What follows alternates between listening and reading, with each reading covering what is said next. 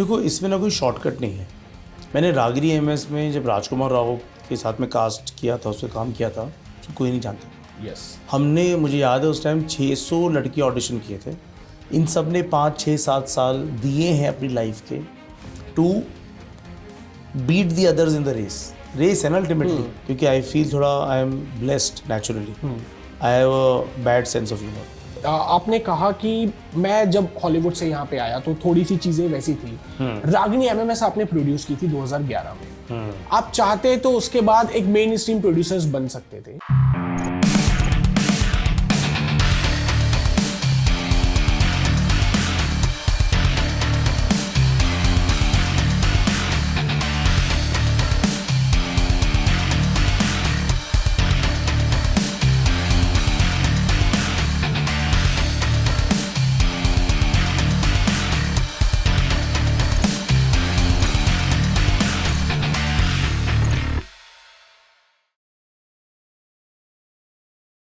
हीरा परखे जौहरी, शब्द ही परखे साध। यानी कबीरदास जी ने भी कहा है कि असली हीरे की परख एक जौहरी कर सकता है और शब्दों की परख असली साधु विवेकी सज्जन ही कर सकते हैं। Rest of life best of life talk show में आज हमारे गेस्ट एक ऐसे शख्स है जिन्हें शब्दों की सही परख है। स्टोरी इनके फाउंडर और बॉलीवुड के बहुत ही उम्दा प्रोड्यूसर सिद्धार्थ जैन जी। सिद्धार्थ भाई, thank you so much for joining us on today's podcast. मेरा एक सवाल ये है कि एंटरटेनमेंट इंडस्ट्री में सबसे कीमती चीज जो कही जाती है वो स्क्रिप्ट होती है या उसकी कहानी होती है, और इतने कम समय में 70 बुक्स या नॉवेल्स की फिल्म या वेब सीरीज के लिए एडॉप्टेशन के लिए डील कर लेना, ये अपने आप में बहुत बड़ा अचीवमेंट होता है। ये थॉट कहाँ से आया या ये चीजें शुरू कहाँ से हुई? पहली बात तो Darshan, very happy to be on your channel and podcast. much. तो एक्चुअली अभी स्टोरी को 5 साल हो गए हैं एंड 5 साल में हमने 200 से ज़्यादा बुक की राइट्स सेल की हैं to more than 50 production houses. और ये जो आंकड़ा है यही हमको बताता है कि प्रोड्यूसर्स को कहानियों की ज़रूरत थी। Yes. तो जब स्ट्रीमिंग स्टार्ट हुआ था ना, हॉटस्टार, नेटफ्लिक्स, अमेज़ॉन, 2015 में जब मैंने हॉटस्टार ज्वाइन किया था, तब हॉटस्टार स्टार्ट हुआ था, उसके बाद से जो एक डिमांड है कहानियों की वो इंक्रीज़ होनी शुरू हो गई। और मैं, क्योंकि ऑलमोस्ट 15-20 साल से as a creative producer development में मैं काफ़ी डीप अंदर घुसा हुआ था, तो एज अ प्रोड्यूसर मुझे हमेशा लगता था कि राइटर्स काफ़ी है नहीं हमारे पास, स्टोरीज़ काफ़ी है नहीं। बट पहले क्या था, क्योंकि बिटवीन डेली सोप और थिएट्रिकल फिल्म के बीच में कोई जगह नहीं थी दूसरी कहानियों के लिए, तो थिएट्रिकल के हमें कहानी चाहिए थी जो एक फिल्म स्टार को पसंद आए, और टीवी पे हमें चाहिए थी सास बहू की कहानी जो कभी ख़त्म ही ना हो। तो जब स्ट्रीमिंग स्टार्ट हुआ तब लोगों ने अपना चॉइस यूज़ करना शुरू किया, हमें क्या देखना है। तो जब उनको डिसाइड करना था क्या देखना है, तब मुझे लगा कि अब कहानियाँ ऐसी चाहिए जो उन्होंने देखना पसंद करेंगे, तो अपना वोट कास्ट करना शुरू किया उन्होंने। Okay. तो इसलिए मैंने फिर 2015 के बाद 2018 में स्टोरी इंक स्टार्ट किया हॉटस्टार के बाद। ओके, स्टोरी इंक, यही नाम चूज करने के पीछे कोई खास वजह या? तो मुझे लगा कि अगर हमारी कंपनी स्टोरी कंपनी है तो स्टोरी नाम में होना चाहिए, तो स्टोरी उससे आया। इंक जब मैं कर रहा था रजिस्टर तो मुझे चाहिए था स्टोरी इंक इनकॉर्पोरेटेड, वो मिला नहीं, बट IN की इंक मिल गया। तो मुझे लगा स्याही इंक एंड स्टोरी मैच अच्छा है, और क्योंकि हमारा फोकस ज़्यादातर बुक्स पे है तो ink becomes more appropriate. Okay, आपका ये एक वर्ड था, मैंने कहीं सुना था कि आप वर्ड से करेंसी बनाते हैं या वर्ड्स को करेंसी में कन्वर्ट करते हैं। और इंडिया में खासकर बुक एडॉप्टेशन इतना इजी नहीं माना जाता, ये वेस्ट का कल्चर है जहाँ चीजें इजी होती हैं। तो क्या बहुत ज्यादा परेशानी भी आई आपको इन चीजों को इंडिया में लाने में, या ज्यादा इजी रहा? तो इसमें क्या है ना, अगर आप देखो पहले लोग फिल्में कैसे लिखते थे, हिंदी फिल्म, एक राइटर जाता था डायरेक्टर के पास, उसकी कहानी होती थी, या डायरेक्टर के पास कहानी का आइडिया होगा, वो राइटर ढूंढता था या खुद लिखता था। वो कहानी लिख के एक लिखी फिल्म की स्क्रिप्ट फिर जाते थे एक्टर के पास, एक्टर को सुनाते थे, एक्टर को आती थी पसंद, तो फिर प्रोड्यूसर आता था। बट वेस्ट में क्या कल्चर है ना, वेस्ट में कल्चर है कि प्रोड्यूसर कहानी सोचता है, राइटर ढूंढता है, फिर डायरेक्टर को लाता है, फिर एक्टर के पास जाता है। Okay. तो मैंने क्योंकि अपना करियर हॉलीवुड से स्टार्ट किया था, मैंने अपने पहले 5 साल वहाँ बिताए थे लॉस एंजलिस में, तो मुझे वही तरीका आता था। तो जब मैंने यहाँ पे देखा कि एक गैप शुरू हो रहा है, तो किताबों से क्या हो रहा था ना, किताबें यहाँ पे तो राइटर यूज टू नहीं थे कि आप उनको कहानी दो, या डायरेक्टर को भी इसकी आदत नहीं थी कि प्रोड्यूसर कहानी दे रहा है, क्योंकि प्रोड्यूसर पास वो जाते थे खाली पैसे लेने। तो जब मैंने स्टार्ट किया था तो थोड़ा लोगों को दिक्कत आई शुरू में, बट देन दे रियलाइज कि मैं तो उनका काम आसान कर रहा हूँ, उनको कहानी की जरूरत नहीं है। तो फिर धीरे धीरे और 1-2 साल में वो पिकअप हो गया मोमेंटम, और अब सबको अच्छा ही लगता है कि अगर कहानी है और उसको अडेप्ट करेंगे तो अब अडेप्टेशन में 2-3 राइटर और लगते हैं, राइटर्स रूम में 5-6 राइटर होते हैं, तो राइटर्स को कोलैबोरेटिवली काम करना टीम में, ये भी इनको सीखना पड़ रहा है और अब सीख ही रहे हैं। जैसे आपने कहा कि आप हॉलीवुड से आए और हॉलीवुड और बॉलीवुड के काम करने का तरीका पैटर्न बहुत अलग है, तो आपको बॉलीवुड में आने के बाद ज़्यादा इजी लगा कि आपको लगता है कि यार वहाँ की जो चीज़ें हैं, वहाँ का जो एक प्रोटोकॉल बेसिक बना हुआ है वो ज़्यादा बेटर है? देखिए क्या है ना, वो जहाँ पे चीज़ें प्रोफेशनल हैं और ज़्यादा ऑर्गेनाइज्ड है और हर चीज़ करने का एक प्रोसेस है, तो वो प्रोसेस हेल्प करता ही है। तो बट क्या है ना, हम कॉपी पेस्ट नहीं कर सकते हॉलीवुड का बॉलीवुड में या इंडिया में, जो भी है। बहुत लोगों को ये पसंद नहीं आता टर्म बॉलीवुड, बट मैं कह रहा हूँ कि कॉपी पेस्ट नहीं कर सकते। तो यहाँ पे आके जो वहाँ सीखा वो सीखा, हमारा जो एक इंडस्ट्री है उसका एक तरीका है, दोनों को मर्ज करके मैंने अपना एक तरीका बनाया जो और लोगों ने भी बनाया। बड़े बड़े स्टूडियोज़ हैं यहाँ पे, यशराज फिल्म्स है, धर्मा है, एक्सेल है, ये लोग भी काफ़ी अपना डेवलपमेंट करते हैं कहानियों का, तो सभी अपना खुद के स्टाइल से कर रहे हैं। बट जो ये एपिसोडिक है स्ट्रीमिंग का, ये एक नया फॉर्मेट जो आया है 4-5 साल से, तो इसमें थोड़ा वहाँ का एक्सपीरियंस हेल्प करता है।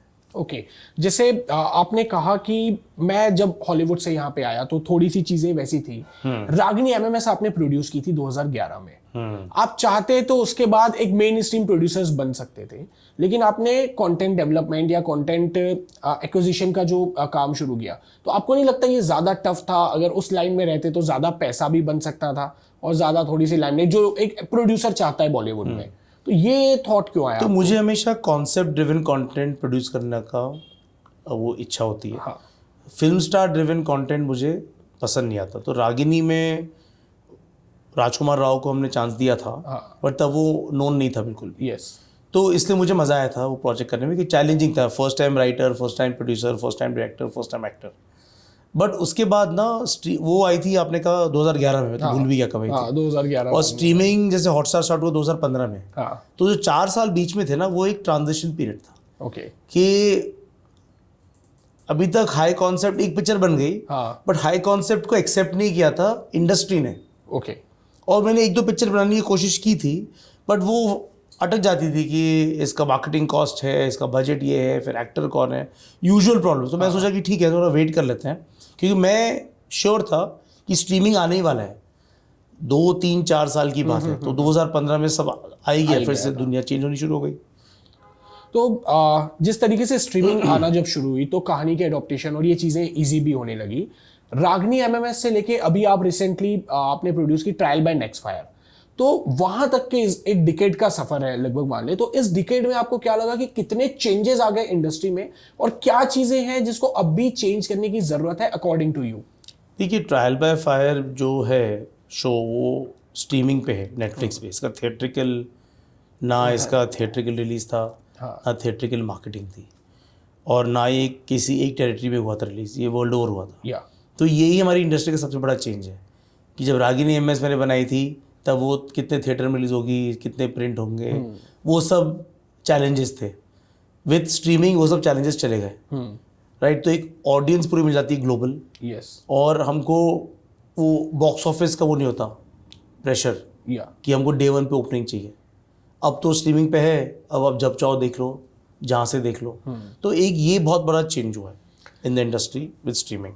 और बाकी तो चेंजेस तो क्या है ना, we need to be more like, अभी तक एक कहानी की जो इम्पोर्टेंस है वो है, बट वो उसमें जितना इन्वेस्टमेंट होना चाहिए वो इंडस्ट्री से नहीं आता है।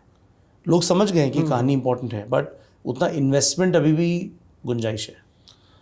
इन्वेस्टमेंट की जैसे गुंजाइश है, आपने अभी रिसेंटली स्टोरिंग टैलेंट शुरू किया, जिसमें आपने लोगों को बोला कि अगर आप अच्छा लिख सकते हो तो आप हमारे पास आओ, हम प्लेटफॉर्म बनते हैं, हम आपको प्रोड्यूसर से कनेक्ट करते हैं, तो आपको क्या लग रहा है इससे उन राइटर्स को कितना बेनिफिट मिलेगा, या ये जो पूरा इकोसिस्टम है वो कितना बूस्ट हो सकता है? क्योंकि बहुत सारे राइटर्स हैं जो बॉम्बे आते हैं, अच्छा लिखते हैं, लेकिन सरवाइव नहीं कर पाते, तो वो अपने शहर वापस चले जाते हैं। आपके इस पहल से आपको क्या लगा इतने दिनों में कि क्या लोगों में रुझान आ रहा है, क्या वो बेटर फील कर सकते हैं इकोसिस्टम में? आप एज अ स्टूडेंट फाउंडर आपका क्या कंट्रीब्यूशन हो सकता है? तो क्या है ना, मैं 10 साल पहले जब रागिनी एमएस बनाई थी मैंने, तब मेरी कंपनी वो करती थी आई रॉक। हाँ, तब वो उस टाइम पे वो फर्स्ट कंपनी थी जहाँ पे हमने राइटर्स को सैलरी पर हायर किया था। ओके। तब हमारे पास ओवर 3-4 इयर्स मैंने ऑलमोस्ट 50 राइटरों के साथ में काम किया था। हमारी 10-15 राइटर की टीम होती थी लाइक इन हाउस, और हम उनको सैलरी देते थे जो उनकी जॉब से स्लाइटली बेटर हो। ओके। तो उनको एक फुल टाइम करियर मिल गया, they can pay their expenses of staying in Bombay, और उनको एक स्टेबिलिटी मिल गई थी।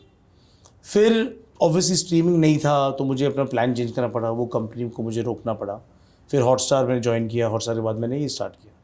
स्टोरिंग पे भी पिछले 1.5 साल से मैं एक्सपेरिमेंट कर रहा हूँ। हमारे पास ऑलरेडी 8-10 राइटर्स हैं इन हाउस जो सैलरी लेते हैं, रेगुलर उनको इनकम है, अपना करियर बना सकते हैं। प्लस उनको मैं मेंटोर करता हूँ, उनको हम ट्रेन भी करते हैं, क्योंकि जो नए राइटर जो आते हैं वो कोर्स पढ़ लेते हैं या सेल्फ टॉट होते हैं, बट उनको एक प्रोड्यूसर के अंडर जब तक काम नहीं करेंगे, उनको वो इंडस्ट्री वाली राइटिंग, प्रोफेशनल राइटिंग वो नहीं आती इतनी आसानी से। तो वो मेरा एक्सपेरिमेंट हमने किया, और अभी हम लोग जो टॉप 2-3 स्ट्रीमिंग प्लेटफॉर्म्स हैं और जो उनके साथ में पिक्चर और सीरीज़ कर रहे हैं प्रोड्यूस इस साल, वो सब इन नए राइटरों ने लिखी पिछले 1.5 साल में। ओके। तो इसलिए मैंने सोचा कि अब ये, क्योंकि ये एक्सपेरिमेंट हो गया हमारा कामयाब, अब टैलेंट से हम क्या कर रहे हैं, जैसे मेरे जैसे और भी प्रोड्यूसर्स हैं ना, उन सबको भी लिखवानी है कहानियाँ। यस। अब जो इस्टेब्लिश राइटर है जिनके पास बड़ी बड़ी एजेंसी हैं, वो बहुत महंगे हैं, टाइम नहीं है, तो छोटा प्रोड्यूसर क्या करेगा, जो मिड साइज प्रोड्यूसर वो क्या करेगा? तो उसके पास एक प्रॉब्लम है। तो मुझे हमेशा लगता है कि हमें एक प्रॉब्लम सॉल्व करनी चाहिए इंडस्ट्री की। तो उस बात को सोच के हमने टैलेंट लॉन्च किया पिछले हफ्ते। एक हफ्ते में हमें 250 writers from around the country ने अपनी एप्लीकेशन भेजी। क्या बात है। और मैं इतना खुश हूँ खाली देख के कि ये लोग, मैंने सबकी सीवी, हमारे फॉर्म पढ़ना हमारा बहुत ही इंटरेस्टिंग फॉर्म है, और इससे एक आदमी की पर्सनैलिटी पता चलती है। हमारी एवरेज एज जो है राइटरों की जिन्होंने हमारे यहाँ काम करते हैं वो अराउंड 24-25। ओके। और जो एप्लीकेशंस भी आई हैं सब बिटवीन 20 and 30 हैं। ओके। तो यंग इंडिया की कहानी भी यंग राइटर्स आएगी ना। यस। तो जो हमारे अगले 20 साल इंडस्ट्री की और जो ऑडियंस है, जो ग्रोथ है, वो यही लोग हैं। तो ये जो हैं इसमें से हम चूज़ करेंगे मे बी 25-30 राइटर, शॉर्टलिस्ट करेंगे इंटरव्यू लेके, जिनमें हमें लगता है कि पोटेंशियल है, सीरियस है, और जिनको जो डिज़र्व करते हैं एक मौका। तो हम क्या करेंगे, उनको मेंटोर करेंगे, उनको काम देंगे, या तो अपने प्रोजेक्ट्स में देंगे, या I already work with 50 production houses, उनको हम पिच करेंगे कि ये देखो राइटर लो, राइटर की टीम बनाएंगे जो टीम साथ में काम करे। एक राइटर पे सारा बोझ नहीं आना चाहिए। यस। है ना, सलीम जावेद भी टीम थे। हाँ। तो टीम बनाएंगे, राइटर रूम बनाएंगे, और दूसरे प्रोड्यूसरों को देंगे एक solution to their story problems. So talent से आई थिंक प्रोड्यूसर को फ़ायदा होगा, राइटर को फ़ायदा होगा, हमको तो फ़ायदा हो ही जाएगा और सबको फ़ायदा होगा। सो जो हमारा जो गोल है वो गोल ये कि इंडस्ट्री को और एक्सपैंड करें। जैसे बहुत बार ये कहा जाता है, बॉम्बे में एक मिथ होता है, जो छोटे टाउन से लोग आते हैं उनको लगता है कि हम बॉम्बे जाएंगे, हम प्रोड्यूसर के पास जाएंगे, वहाँ पे ऑडिशन देंगे, हमको काम मिल जाता है। आपके पास भी बहुत ऐसे लोग आ जाते होंगे, तो आपको लगता होगा कि यार इसमें टैलेंट नहीं है बट ये आ गया है। कई बार ऐसा लगता होगा कि इसमें टैलेंट है, हमको इसको फिल्म में कास्ट करना चाहिए, लेकिन बहुत सी बार हो जाता है कि लोग नोन फेस के पीछे ज्यादा भागते हैं। तो एक जो नया टैलेंट आया है उसको क्या करना चाहिए, जो बी टाउन सी टाउन से लड़के मुंबई आते हैं, तो अकॉर्डिंग टू यू कि उनको क्या प्रोसेस में जाना चाहिए कि वो सिंसियर वे में एक थोड़ा टाइम स्ट्रगल मेहनत करके वो कैसे अपना करियर बना सकता है इस इंडस्ट्री में? देखो, इसमें ना कोई शॉर्टकट नहीं है। मैंने रागिनी एमएस में जब राजकुमार राव के साथ में कास्ट किया था, उससे काम किया था, उसको कोई नहीं जानता था। यस। हमने, मुझे याद है उस टाइम 600 लड़की ऑडिशन किए थे। राजकुमार राव पहले 15 ऑडिशन में था। ओके। बट मैंने कहा था कि यार हमें थोड़ा एक डिफरेंट लुक का चाहिए एक्टर। उसने कहा था ठीक है सिद्धार्थ आप देख लो, बट मैं फॉलोअप करता रहूँगा, एटलीस्ट आप मेरिट पे तो कास्ट करना। मैंने कहा ठीक है। हमने 3-4-6 महीने ऑडिशन करते गए, बट एट द एंड उसका ऑडिशन बेस्ट था। That's amazing. ऑडिशन बेस्ट था उसका। वो थिएटर सीख के आया था, एक्टिंग सीखी थी, मेहनत खूब करता था, हर 4-5वें दिन आके फॉलोअप करता था कि मुझसे बेटर कोई मिला क्या, मुझसे बेटर कोई मिला क्या। और उससे बेटर नहीं मिला, हाँ। इसलिए मैंने लड़ झगड़ के अपने पार्टनरों से और जो मेरे फंडर थे हाँ। उसको कास्ट कराया। जब हम लोग कर रहे थे ट्रायल बाय फायर, हाँ। जो मेन मदर का कैरेक्टर है वो राजश्री देशपांडे ने प्ले किया, या उससे बेटर को ये प्ले कर ही नहीं सकता था। और राजश्री देशपांडे को कुछ लोग जानते हैं पर बहुत लोग नहीं जानते। नहीं, चेहरे से सब जानते हैं, नाम से हाँ, उतना तो नहीं जानते। हमने कास्टिंग डायरेक्टर था इसमें भी संजीव मौर्य करके, उन्होंने ऑडिशन के थ्रू इसको सजेस्ट किया। हमने बहुत एक्टरों से, स्टार से मिले, बट हमने अल्टीमेटली कास्ट किया वैसे। अब राशि देशपांडे बहुत सालों से काम कर रही है, उसने भी हार्ड वे अपना जर्नी किया है। 1 साल 2 साल में 3 महीने में नहीं मिला काम। यस। सो चाहे वो राजकुमार हो चाहे वो राजश्री हो, इन सब ने 5 6 7 साल दिए हैं अपनी लाइफ के to beat the others in the race है ना अल्टीमेटली। अगर साल में 25 प्रोजेक्ट बनेंगे, हाँ। उसमें अगर 20 स्लॉट खाली हैं, 20 स्लॉट के तो 20,000 लोग हैं, यस। तो आप रेस में आगे कैसे जाओगे? Hard work, determination, persistence, discipline या और अपना क्राफ्ट जानना और पेशेंटली उसको परस्यू करना, बिकॉज बहुत आएंगे रिजेक्शन। अब जो 15-20 रिजेक्शन के बाद चला गया घर, चला गया। जो टिक गया 100 रिजेक्शन तक, वो बन जाएगा या तो जिम कैरी या राजकुमार राव। That's great. तो जिम कैरी की भी कहानी ऐसी है, बेचारे ने 100-150 रिजेक्शंस के बाद उसको एक्टिंग का मौका मिला, और उसको लोग कहते थे कि तुम्हारी कॉमिक टाइमिंग अच्छी नहीं है। क्या बात है। आप उसका कभी इंटरव्यू सुनो। हाँ। तो ये क्या ना, ये कोई इसका कोई फॉर्मूला नहीं है, फिक्स फॉर्मूला नहीं है। And you have to try because it is easier to become a pilot than become an actor. Exactly. तो जैसा आपने कहा कि सफलता एक रात में नहीं मिलती, लेकिन हम कोशिश जारी रखें तो एक ना एक रात जरूर मिल जाती है। अब मैं आता हूं आपकी थोड़ी सी पर्सनल लाइफ की तरफ। मैंने आपको जब से जाना, एक बार पहले भी मुलाकात हुई, मुझे मौका मिला आपके ऑफिस आने का। आपका ऑफिस नॉर्मल ऑफिस नहीं है, वो एक बहुत यूनिक ऑफिस है। वहाँ पे बहुत सारी चीजें, टॉयज ऐसे मिलेंगी। जैसे अभी आप आए, मैंने कहा कि मुझे आपके चश्मे बहुत पसंद आते हैं। ऐसे चश्मे हमको कहीं दिखते ही नहीं आज तो मैं नॉर्मल चश्मा पहन, आज आप नॉर्मल चश्मा पहन गए हैं, बट मैंने 1-2 बार आपकी पोस्ट में भी देखा, मैंने कमेंट किया कि सर आई वांट दिस, तो आपने बस उसमें अंगूठा दिखा के छोड़ दिया। मुझे लगा मैं नेक्स्ट जाऊंगा, मैं सिद्धार्थ भाई से मिलूं तो बोलेंगे यार दर्शन ये चश्मा तेरे लिए है। इतना जो शौक है, ये क्या एक क्रिएटिव पार्ट का ही साइड होता है आपको? क्योंकि आपके ऑफिस में इतने सारे टॉयज हैं, बहुत अलग अलग गैजेट्स हैं जो कहीं मिलते नहीं है, उसमें भी आप इन्वेस्टमेंट बहुत ज्यादा करते हैं कि ये ठीक है? नहीं तो क्या है ना, मेरा तो शौक है कलेक्ट करने का। हाँ। चीज़ें, और जो अजीब और गरीब चीज़ें, चाहे वो जूते हो या चश्मे हो या किताबें या टॉयज या कॉमिक बुक्स, कुछ भी हो। हाँ। तो आपने मेरे देखा ऑफिस, Yes. लगता है मॉडर्न डे कबाड़ी का ऑफिस है। और इसका मेरे काम से कुछ एक्चुअली नहीं, मैं बचपन से ही, जब मैं छोटा था तो मैं स्टैम्प्स कलेक्ट करता था, ओके। फिर कॉइन्स कलेक्ट करता था, फिर मैच बॉक्स कलेक्ट करना शुरू किया। तो मुझे कलेक्ट करने का शौक है, शौक है। और मुझे अजीब अजीब चीज़ों से मेरा ध्यान जाता है ऑटोमेटिकली, चाहे वो देखने में अजीब हो या उसका डिज़ाइन में कुछ हो। सो इट इज़ कुछ जानबूझ के ऐसा नहीं है। हाँ, और ये है कि ऑब्वियसली बहुत महंगा शौक है, तो जो पैसे कमाता हूँ इसी में चले जाते हैं चीज़ें खरीदने में, और आई डोंट नो क्यों, बट ऐसी है। ग्रेट। सिद्धार्थ भाई, आप अपनी हेल्थ पे, अपनी फिटनेस पे या मेंटल हेल्थ पे आप कितना टाइम देते हैं? आपको लगता है कि अभी ज़रूरत नहीं है, I am good on that? Mental health का तो क्या है ना, कभी इतना मैंने सोचा नहीं, ओके।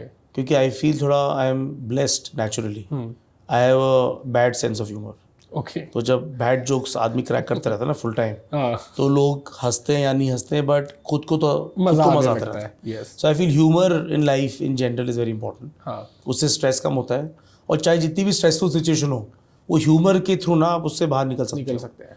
सो आई थिंक एक तो होना चाहिए कि you should always be in generally develop a sense of humour. अगर नहीं है तो कोशिश करो, सुनो चुटकुले, सुनाओ चुटकुले, but it is just a approach to life होना चाहिए। यस। वो होना चाहिए correct. I think second is also कि you should always be happy in the situation you're in. मैंने बहुत लोगों को सुना है कहते हुए, मेरे पास जब वो होगा तब मैं खुश होऊंगा, मेरे पास जब वो होगा तब होगा। तो आई फील वो तो पता नहीं कब होगा, बट जो है उसमें इफ़ यू रियली हैप्पी, तो happiness is a state of mind, yes. Right. और मैंने कितने लोग देखे जिनके पास कुछ नहीं है, खुश रहते हैं, जिनके पास सब कुछ है। तो ये तो बहुत ही यूजुअल ऑब्जर्वेशन है दुनिया का। तो जो इसमें जो एक होता है मिड पाथ, हाँ, so that is very important. And I think thirdly it is important to pursue what you like to do. तो जैसे काम का स्ट्रेस सबको होता है, मुझे भी होता है, बट अगर हम जो कर रहे हैं में अच्छा लगता है तो फिर वो काम नहीं लगता, तो उसका स्ट्रेस एक हो जाता है कम। बट इसमें ये भी लक बहुत इंपॉर्टेंट है, सबको मिलता नहीं वो मौका कि जो अपनी चॉइस का काम करें। हाँ, सो आई फील कि it is just you have to find a way around your life and I think mental health उससे अच्छी रहती है। था सवाल फिजिकल हेल्थ का है, उस पर तो मैं आई एम नॉट वेरी गुड, तो आई कांट प्रीच। अच्छा। मैं खुद ही थोड़ा लेजी हूँ, खाने का बहुत शौक है, हाँ। तो ये दो चीज़ों से जूझता रहता हूँ। बट रिसेंटली मैंने वो ट्राई किया था थोड़ा, फास्टिंग। Okay, intermittent. हाँ, इंटरमिटेंट है, बट बहुत रेगुलर नहीं। रेगुलर नहीं। जैसे मैं हफ्ते में 4-5 बार एक मील स्किप कर दूंगा, ओके। कभी कभी लॉन्ग गैप कर दूंगा। तो मैंने देखा उससे मुझे काफ़ी फ़ायदा हो रहा है। और मैंने अगर उससे थोड़ा चुस्ती भी रहती है, एंड थोड़ा ऑब्वियसली पोर्शन कंट्रोल करना चाहिए। Every day I try and do 30 minute walk. Okay. So थोड़ा बहुत ट्राई करता हूँ मैं, but I can do better. So I am not in a position to preach, people are better than me. That's great. How you think कि आपने अपनी rest of life को best of life बनाया? What is the definition of best of life आपके लिए? See, best of life is when you're at peace with what you have and in what state of life you are in. या Right? I feel सबसे best वही, जैसे आज मेरी best of life ही है मेरी। अब ये बेस्ट ऑफ लाइफ चेंज होती रहेगी, हाँ। बट वो हमें नेचर पे छोड़ देना चाहिए। जैसे अगर आज मैं उठाऊँ तो आज मेरी बेस्ट ऑफ लाइफ होनी चाहिए, और अगर मैं आज का दिन बेस्ट ऑफ लाइफ की तरह जीऊँगा तो मेरा टुमारो भी बेस्ट ऑफ लाइफ हो जाएगा। So it is very important to not chase happiness, because happiness तो है ही हमेशा। हमें खाली उसको एक फोकस करना चाहिए ऑन द राइट थिंग्स। जैसे होता है ना, कभी जो कुछ लोग मैं देखता हूँ कि पागलों की तरह पैसे के पीछे भागते हैं। हाँ। आई मीन मनी तो बहुत इंपॉर्टेंट होता है, बट एक वो होता है ना कि एक तरीका होता है कि आप क्या क्या नहीं करोगे पैसे के लिए और क्या क्या आप करोगे पैसे के लिए। तो सिमिलरली आई थिंक अगर हम चीज़ में अगर वो लगाएं पैरामीटर और कुछ अपनी खुद की बाउंड्रीज बना लें, तो rest of life will become a best of life only. कितनी खूबसूरत बात कही कि अगर हम अपना एक पैरामीटर सेट कर लें और जो चीज हमारे पास है हम उस पर भी खुश रहें और नेक्स्ट पाने की चाहत रखें। आपको क्या लगता है सिद्धार्थ भाई कि आप जिस चीज में है, आपने जो पैरामीटर सेट किया है अभी, उसमें तो आप खुश हैं, नेक्स्ट मूव आपका क्या हो सकता है? कि आप भी OTT प्लेटफॉर्म लाना चाहेंगे, या अपना जो नेक्स्ट स्ट्रीम है, या जो 10 साल बाद हम स्टोरी को या सिद्धार्थ जैन को कैसे देखने वाले हैं? सी, मेरा तो गोल एक ही है। मेरा गोल कभी फाइनेंशियल गोल नहीं होता है। मेरा गोल ये है कि how can I help more creative people find a better career, चाहे वो राइटर हो, डायरेक्टर, एक्टर। और मुझे नए लोगों के साथ में ही काम करने में अच्छा लगता है, जो इमर्जिंग है, जो ऑलरेडी हो चुका है सक्सेसफुल, उसकी लाइफ में मैं कुछ वैल्यू ऐड नहीं कर सकता। बट अगर मेरे पास एक्सपीरियंस है 20 साल का, तो जो नया है मैं उसको एडवाइस दे सकता हूँ, मेंटोर कर सकता हूँ, मौका दे सकता हूँ। तो आई थिंक स्टोरी की फिलॉसफी यही है कि as we will grow this tribe, जहाँ पे अगर कोई नया है जिसमें में टैलेंट है, उसको सोचना चाहिए कि पहले मैं स्टोरिंग चाहता हूँ, अगर वहाँ पे मेरा टैलेंट उनको समझ में आया क्या तो मुझे मौका मिल जाएगा। और अगर हमने बोला ना, फिर आप कहीं और जाओ। ट्राई तो सबको करना है, but we want to be that place कि लोग पहले यहाँ हैं। चाहे हम साल में 5 प्रोजेक्ट बनाएं या 50 बनाएं, वो ग्रो करते रहेंगे। बट इंपॉर्टेंट ये है कि हमारा एक इकोसिस्टम पे आंख होनी चाहिए कि हम इकोसिस्टम को कैसे एक्सपैंड करें और उसमें कैसे बढ़ोतरी लाए लोगों की। गाइड, आने वाले टाइम में आपके जो प्लान्स होंगे, क्या उसमें अब ये भी प्लान है कि फिर से एक फिल्म डायरेक्ट करना है या कुछ करना है, या आप एज अ कंटेंट एग्रीगेशन में और प्रोड्यूसिंग वाले पार्ट में? As a producer actually I think I am most comfortable. तो क्या है, क्योंकि अगर मैं डायरेक्ट करूंगा तो 1-2 साल निकल जाएंगे। प्रोड्यूस करूंगा तो मैं 10 प्रोजेक्ट में काम कर सकता हूँ, तो मैं 10 लोगों के साथ में काम कर सकता हूँ, 10 कहानियाँ बना सकता हूँ। तो मुझे स्टोरी टेलिंग में बहुत शौक है कि हम ऑडियंस को नई नई कहानियाँ लेके जाएं, तो उसके लिए I think producer role is better. Right. अभी जो नए एक्टर्स आ रहे हैं, आपको मौका मिलेगा यार उसमें से किसी एक को लेके मैं कोई एक हॉलीवुड की वेब सीरीज या फिल्म जिसको मैं रीमेक कर सकूं बॉलीवुड के लिए, तो वो कोई ऐसा थॉट है कि यार मुझे ये सीरीज बहुत पसंद आई थी, मुझे इसको यहाँ बनाना चाहिए और इस एक्टर को लेके बनाना है? तो मुझे पर्सनली एक्चुअली रीमेक पसंद नहीं है ना करना, बिकॉज उसमें क्या है, काफ़ी काम किसी ने ऑलरेडी कर लिया है। तो हमारे लिए काम करने का जो स्कोप है वो कम है। तो उसमें मैं बोर हो जाता हूँ। मुझे काम करना है, मतलब खुद की हमें क्रिएटिविटी लानी है, तो थोड़ा रीमेक का शौक है नहीं। और एक्टर का ऐसा है ना, मैं किसी एक्टर के पीछे के बारे में सोचता नहीं हूँ। I am a story first person. मुझे कहानी समझ में आनी चाहिए, फिर कास्टिंग डायरेक्टर वो ढूंढेगा मेरा एक्टर। क्या मुझे लगता है कि मुझे वो करना चाहिए जिस काम में मैं बेस्ट हूँ, और हर डिपार्टमेंट में लोगों से काम करना चाहिए जो मुझसे बेटर हो और वो उसमें बेस्ट हो। That's great. तो मैं तो खाली कहानी सोचता हूँ, कहानी के डिपार्टमेंट में मुझे लगता है कि मैं बेस्ट हूँ, तो मुझे इसी में रहना चाहिए। That's great. ये कितनी बड़ी सीख मिलती है हमको कि हम जिस चीज में बेस्ट हो हमको उसमें काम करना चाहिए, और माइक्रो मैनेजिंग की जगह आपको लोग हायर करना चाहिए जो अपनी अपनी फील्ड में मास्टर हो। तो thank you so much Siddharth भाई for giving your time to rest of life best of life, and I am sure हमारी पूरी टीम की तरफ से आपको बहुत सारी शुभकामनाएं, एंड वी विश कि आप खूब सफलता पाए, और आपने जो अपने लिए ड्रीम या गोल सेट किया है ईश्वर आपको उससे बहुत ज्यादा दे। एंड हमारी सारी टीम की तरफ से thank you so much, and I wish you all make the rest of your life best of your life. Thank you so much, Thank you Darshan. so much.